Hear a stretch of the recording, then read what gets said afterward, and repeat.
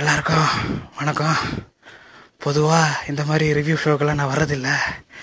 ஆனால் கண்டிப்பாக இந்த படத்துக்கு வந்து ஆகணும்னு தம்பி விருப்பப்பட்டாப்புல. அதான் நான் வந்தேன். சரி, மணிரத்னம் படமாச்சே, கொஞ்சம் கலாச்சாரமாக இருக்கும்னு நினச்சி நானும் போய் ஃபஸ்ட் ரோவில் உட்காந்து பார்த்தேன். ஐயோ, எப்படி சொல்கிறதுன்னு தெரில.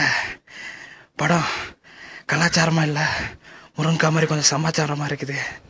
சரி, அதை பற்றி பேசுகிறது இருக்கட்டும். யாரோ வராங்க, அவங்க என்ன சொல்கிறாங்கன்னு பார்ப்போம்.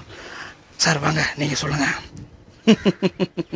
தம்பி, இந்த படத்தில் அது, இந்த படத்தில் இது. ஐயோ, நம்ம தான் சமாச்சாரமாக பேசுகிறோன்னா இவன் நமக்கு மேலே சமாச்சாரமாக பேசுகிறானே. சார், அந்த அது எது, இந்த இது எது? அதான் அந்த படத்துல தூக்கு வியாபாரி சல்மான், அந்த படத்துல நித்யா மேனன்.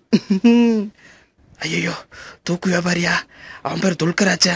ஏய், இங்க பாரு, இதுக்கு மேல ஏதாவது கலாய்ச்சுன்னா என்ன நடக்கும் தெரியல. கரண்ட் பாக்ஸ் வெடிக்கும், கண்ணம் துடிக்கும். ஐயோ, அவர் கரண்ட் பாக்ஸ் எல்லாம் வெடிக்க வச்சுட்டு போயிட்டாரு. இது யாரோ வராங்களா பெரியவர். சார் வாங்க, நீங்க வந்து கொஞ்சம் சொல்லுங்க. தம்பி, என்னத்தை தம்பி சொல்லுவேன்? தம்பி, நான் என்னத்தை சொல்றீங்க தம்பி என்கிட்ட? தம்பி, காலகாலத்தில் எதிர்ச்சத படத்தை பார்க்க போட தம்பி. தம்பி, என்ன அழகா நடிச்சிருக்கு தம்பி அந்த பொண்ணு. அதான் தம்பி, அதை சுருட்டு முடி வச்சுக்கிட்டு ஒரு குட்டைக்கார போட்டு நடிச்சிருக்கு தம்பி. என்ன அழகா நடிச்சிருக்கு தம்பி. தம்பி, அந்த ஆக்டிங்கை பார்த்து ரத்தமாக வாத்தி எடுத்தேன் தம்பி. நான் எங்கே தம்பி போய் சொல்லுவேன்? இவ்வளோ அழகாக ஒரு பொண்ணால் நடிக்க முடியும் நினச்சி கூட பார்க்கலையே தம்பி. ஓகே ஓகே, அப்போது சார், நீங்கள் ரொம்ப எமோஷனாக பேசுகிறீங்க. நீங்கள் கிளம்புங்க, நாங்கள் அடுத்த வர வச்சு பார்த்துக்கிறோம். வாங்க வாங்க, வினு சக்கரவர்த்தி அவர்களே, நீங்கள் கொஞ்சம் சொல்லுங்கள் இந்த படத்தை பற்றி. என்னத்தை சொல்ல, நானே என்னத்தை சொல்ல? ஐயோ, ஏஆர் ரகுமான் மியூசிக்கா போட்டிருக்கான்.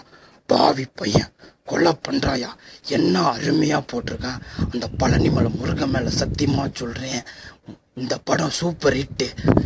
வண்டியை கூட்டுறான், கிளம்புவோம்.